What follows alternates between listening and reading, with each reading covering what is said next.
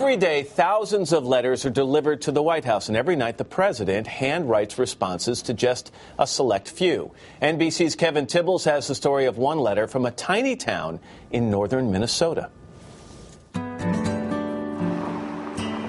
End of the road morning show, WELY. It feels like winter, below zero wind chill at least. Folks in remote Ely, Minnesota like to joke about living at the end of the road.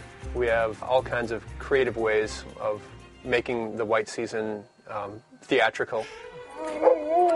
Arctic explorer Paul Shirky fell in love with it 30 years ago as a place to set up his dog sledding business. Has he even lead with you before? Yeah. It's the kind of place where neighbors must rely on one another. Shirky first noticed teenager Greg Ott when he came in dead last in a local race. When I saw later that he came through with a warm smile and his own sense of satisfaction that he pulled it off, I figured he could do the same out here. Watch out, girl. Shirky decided to pay it forward, hiring Ott as a guide. I love it. Best job you can have, to be outdoors doing what you love. Ely was founded back in the 1800s as a mining town, a rough and tumble sort of place where things don't always come easy. But it's that can-do pioneer spirit that inspired Jerry Snyder to write to President Obama. Do you need anything else today? Yeah, can I get about 10 stamps? Snyder was hoping the president would respond with a letter that Ely could preserve in its 50-year time capsule. Lo and behold, a few months later, an envelope from the president appeared. 50 years from now, I hope that we can have an economy that allows every young person who's willing to work hard to thrive. And I hope that America remains a shining example of those ideals I believe are universal, signed Barack Obama.